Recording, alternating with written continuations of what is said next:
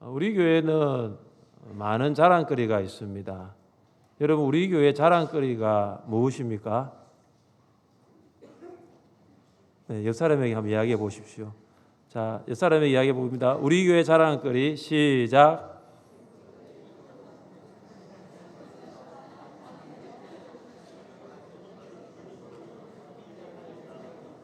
우리 교회 자랑거리 끝났습니까? 너무 짧은 거 아니에요? 우리의 자랑거리가 참 많습니다. 네, 그 중에 한 가지가 찬양입니다. 물론 많은 자랑거리가 있습니다. 세가족 공부를 하면요, 목사님이 가까이 보니까 잘생겼네요 그러더라고요. 멀리 보면 좀 그런가 봐요, 화면이. 그래서 세가족 공부를 하면 목사님 굉장히 젊어 보이십니다 그러거든요. 그럼 또 물어요. 애가 몇 살입니까 묻거든요. 오늘도 이야기했습니다. 큰애가 25입니다 하니까 나이가 좀 들어 보이시는군요. 나이가 들었다는 거죠. 예. 우리 교회 자랑이 참 많습니다. 그 중에 찬양이 있습니다. 왜냐하면 이제 새가족들이 우리 교회에 와서 가장 먼저 예배 가운데 대하는 것이 찬양입니다. 그래서 찬양을 통해서 은혜를 받는다라고 많은 말씀들 하십니다. 주일 오전 예배를 섬기는 우리 찬양대가 있습니다. 호산나 찬양대, 또 할렐루야 찬양대가 있습니다. 올해부터 오후 예배를 섬기는 우리 아이네오 찬양대가 있습니다. 예배 가운데 찬양을 봉사하는 찬양대가 있다는 것. 어떤 교회는 또 찬양대가 없는 교회도 있고, 있는 찬양대도 없애는 교회도 있습니다. 그러나 우리 교회는 이 예배 가운데 찬양을 봉사하는 찬양대가 있다는 것, 우리 교회의 자랑입니다. 그리고 주일 오전 예배와 오후 예배, 또 수요와 금요 성령 기도회를 봉사하는 찬양팀이 있는 것, 우리 교회의 자랑입니다.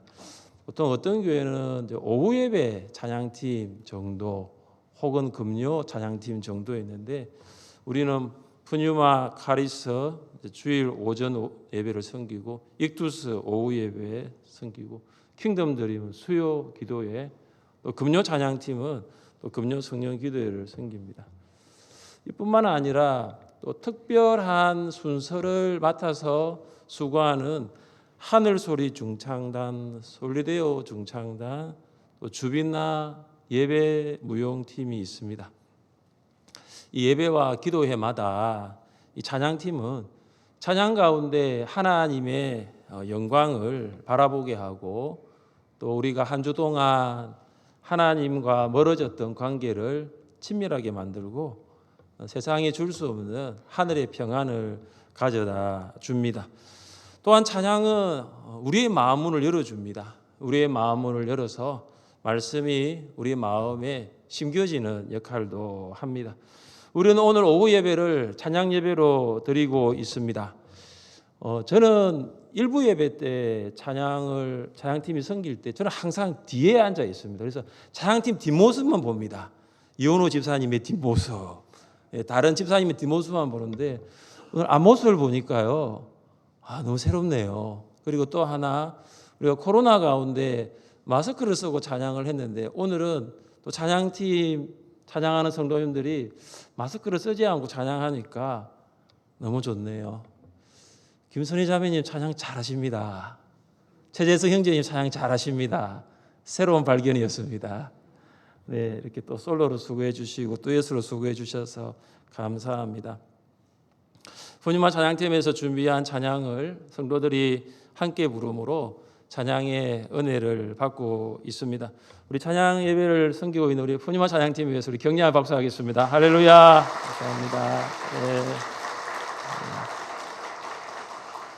시편 47편은 오늘 본문에서 가장 많이 나오는 단어가 무엇인가를 한번 찾아보시면 오늘 이 시편 47편이 어떠한 시편인지를 알 수가 있습니다. 가장 많이 나오는 단어가 찬송입니다. 그래서 시편 47편은 분류상 찬송시라고 부릅니다. 본문에는 찬송하라는 명령이 있고 또 찬송해야 할 이유가 있습니다. 시편 성도는 찬송하라고 명령을 합니다. 1절을 보십시오. 너희 만민들아 손바닥을 치고 즐거운 소리로 하나님께 외칠지어다. 1절의 만민들은 누구일까요? 2절을 보시면 2절에 온 땅이라는 단어가 나옵니다. 그러니까 이 만민들과 온 땅을 같은 의미로 본다면 이 만민들은 이스라엘 백성에게 국한되지 않고 하나님을 예배하기 위해서 모인 모든 예배자들에게 해당되는 것입니다. 그러니까 하나님을 예배하기 위하여 모인 예배자들은 1절과 같이 찬양해야 되는 것이죠. 너희 만민들아 손바닥을 치고 즐거운 소리로 하나님께 외칠지어다. 어떤 성도님은 이 손뼉 치는 거 달갑게 생각하지 않을 수 있습니다. 꼭 그렇게 손뼉을 치면서 찬양을 해야 하는지 냉담합니다. 근데 여러분 이 시편 47편 1절을 하나님의 말씀으로 우리가 받아들인다면 손뼉 치며 찬양하는 것은 예배자의 선택이 아니라 예배자의 의무라는 사실을 우리는 알 수 있습니다. 예배자는 손뼉을 칠 뿐 아니라 기쁘게 찬송해야 합니다. 그러니까 손뼉을 치는 행동은 기쁨의 표현입니다. 기쁨은 손뼉을 치는 행동을 통해서 나타납니다. 여러분 기쁘지 않은데 손뼉을 칠 수 있습니까? 기쁘니까 손뼉을 치는 건 아닙니까? 장례는 슬프니 장례식장에서는 손뼉 치지 않습니다. 그러나 결혼은 기쁘니 결혼식에서는 저절로 손뼉이 쳐집니다. 예배는 잔치입니다. 예배는 신랑이신 예수님을 만나는 잔치입니다. 잔치에 오면 저절로 기쁘고 자연스럽게 손뼉이 쳐집니다. 잔치에 와서 인상 쓰고 언짢게 앉아 있는 것은 잔치에 참석한 사람의 매너가 아닙니다. 예배의 자리에서 팔짱을 끼고 인상을 쓰는 것 또한 예배의 주인공이신 하나님에 대한 매너가 아닙니다. 예배자의 매너가 있습니다. 손뼉을 치며 찬송하면 기쁨이 생겨요. 여러분 기쁨이 없더라도 교회 오기 전까지 기쁨이 없더라도 한번 손뼉을 한번 쳐보십시오. 기쁨이 회복될 줄 믿습니다. 왜 시편 성도는 손뼉을 치며 기쁘게 하나님을 찬송하라고 합니까? 첫째, 하나님께서는 지존하신 큰 왕이시기 때문입니다. 함께 2절을 읽겠습니다. 2절입니다. 지존하신 여호와는 두려우시고 온 땅에 큰 왕이 되심이로다. 아멘. 예배자는 손뼉 치며 하나님을 기쁘게 찬송해야 합니다. 왜냐하면 하나님께서는 지존하신 큰 왕이시기 때문입니다. 2절 앞에는 왜냐하면이라는 단어가 생략되어 있습니다. 2절은 예배자가 하나님을 찬양해야 하는 이유가 됩니다.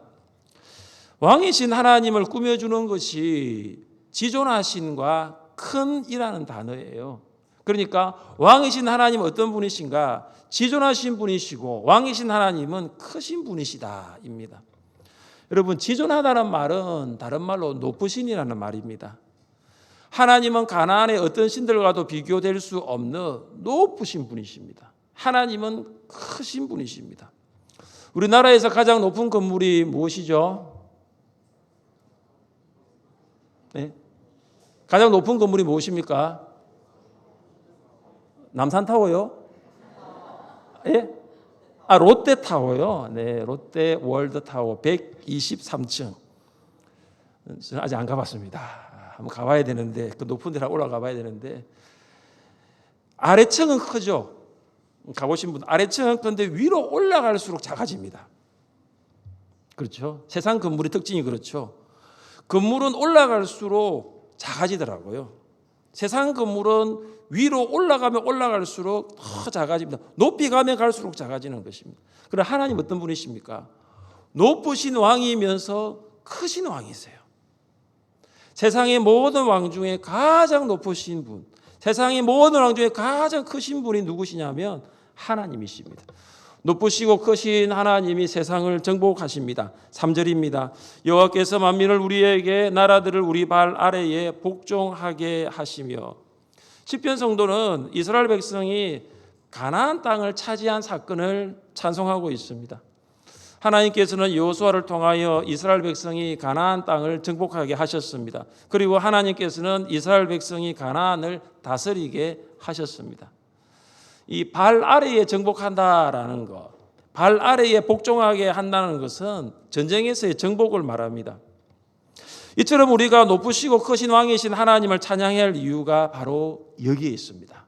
하나님께서는 죄와 사망의 권세를 정복하셨기 때문입니다. 모든 사람은 죄를 지었고 그로 말미암아 사망에 직면하였고 사망의 문제를 해결할 수가 없었습니다. 사망 앞에 두려워하지 않는 사람 없고 사망을 피할 수 있는 사람 아무도 없습니다. 사랑하는 성도 여러분, 죄와 사망의 권세를 정복하신 분이 계십니다. 누구십니까? 예수님이십니다. 예수님은 죄와 사망의 권세를 정복하셨습니다. 십자가에서 죽으시고 무덤에서 부활하심으로 우리가 해결할 수 없는 죄의 문제, 사망의 문제를 해결하신 분이 예수님이십니다. 우리는 예수님의 십자가와 부활을 믿음으로 더 이상 죄와 사망의 굴레에 갇혀 있지 않습니다. 그래서 우리가 찬양할 수 있는 거예요. 십자가에서 죽으시고 부활하신 주님을 찬송하시기를 바랍니다. 왜 시편 성도는 손뼉치며 기쁘게 하나님을 찬송하라고 합니까? 하나님께서 우리를 선택하셨기 때문입니다. 우리 4절을 함께 읽겠습니다. 4절입니다. 우리를 위하여 기업을 택하시라니 곧 사랑하신 야곱의 영화로다 셀라. 아멘. 4절의 핵심은 하나님의 선택입니다.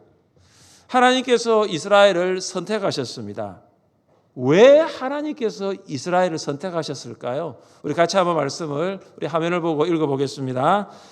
너는 여호와 내 하나님의 성민이라. 내 하나님 여호와께서 지상 만민 중에서 너를 자기 기업의 백성으로 택하셨나니 여호와께서 너희를 기뻐하시고 너희를 택하심은 너희가 다른 민족보다 수요가 많기 때문이 너희는 오히려 모든 민족 중에 가장 적으니라.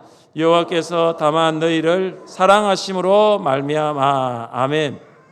하나님께서 이스라엘 택하신 이유가 여기 나와 있어요. 무엇 때문에 이스라엘 택하셨죠? 사랑으로 말미암아.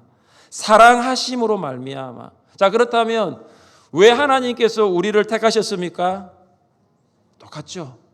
우리를 사랑하셨기 때문에. 같이 한 말씀을 읽어보겠습니다.